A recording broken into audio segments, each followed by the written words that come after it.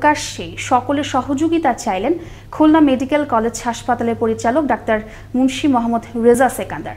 হাসপাতালের সভাকক্ষে রাজনীতিবিদ, সমাজসেবক, গণমাধ্যম কর্মী ও স্থানীয় জনগণের সাথে খুলনা মেডিকেল কলেজ হাসপাতালকে দুর্নীতিমুক্ত ও একটি মডেল হাসপাতাল হিসেবে গড়ে তোলা বিষয়ক এক মতবিনিময় সভায় এই আহ্বান জানান তিনি।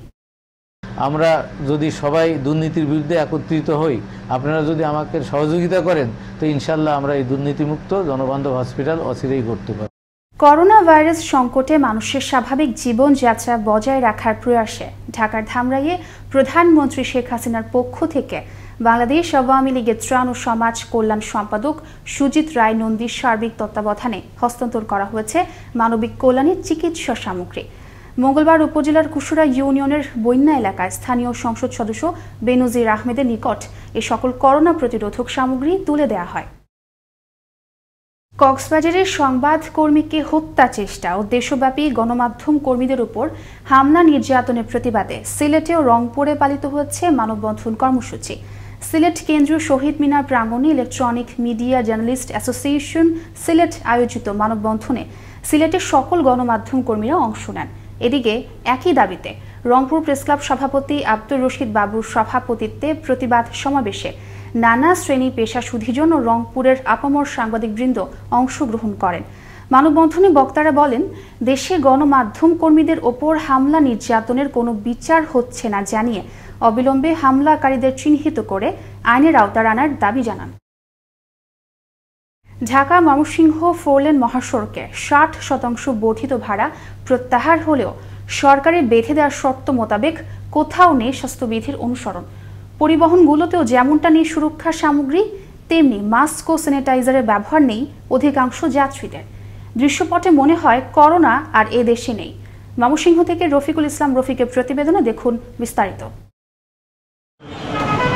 লকডাউন প্রত্যাহারের পর স্বাস্থ্যবিধির অনুসরণ, সামাজিক দূরত্ব নিশ্চিতের লক্ষ্যে 2 সিটে একজন করে যাত্রী বহন করার শর্তে 60% যাত্রী ভাড়া বৃদ্ধি করে গণপরিবহন চালুর সিদ্ধান্ত দিয়েছিল সরকার।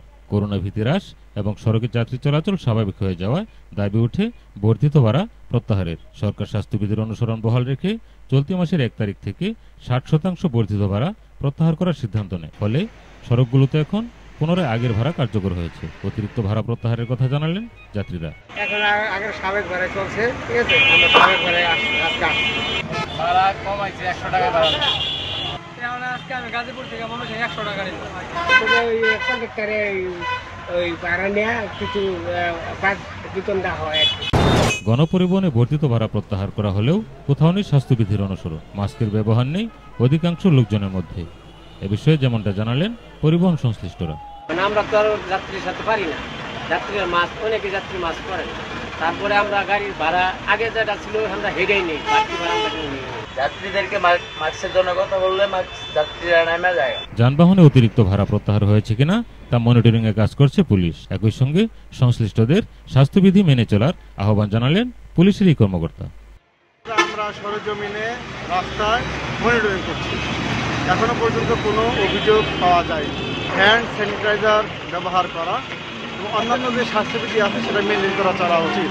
এটা সবসময়ের জন্যই আমাদের চলা উচিত, শুধুমাত্র যে করোনাকালীন সময়ে আমরা মেনটেন করব। নিজে করোনা মুক্ত থাকলে সুস্থ থাকবে পরিবার, সুরক্ষিত থাকবে দেশ। তাই কেবল আইনি প্রক্রিয়া সবকিছু সমাধান নয়, প্রয়োজন সচেতনতা। সতর্কতায় হতে পারে এই সংকট থেকে মুক্তি লাভের সহজ উপায়, এমনটাই দাবি সচেতন মহলে। রফিকুল ইসলাম রফিক, আনন্দ টিভি, তালুকা। বুধবার বগুড়ায় মাদক ব্যবসায়ী ও ভূমি দস্যুদের গ্রেফতারের দাবিতে মানববন্ধন কর্মসূচি পালন করেছে এলাকাবাসী। এ সময় এলাকাবাসী পুলিশ প্রশাসনের প্রতি আকুল আবেদন জানিয়ে অবিলম্বে তাদেরকে আইনের আওতায় এনে দ্রুত শাস্তির ব্যবস্থা গ্রহণ করার দাবি জানান। উক্ত মানববন্ধনে এলাকার সর্বস্তরের জনগণ অংশগ্রহণ করেন।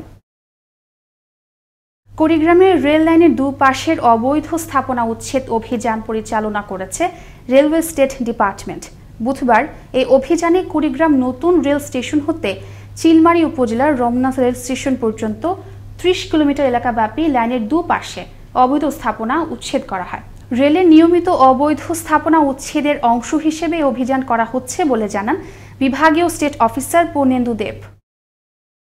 মুন্সিগঞ্জের নদীতে ভাসমান অবস্থায় শাহ আলম ফরাজি নামের এক ব্যক্তির মরদেহ উদ্ধার করেছে সদর থানা পুলিশ।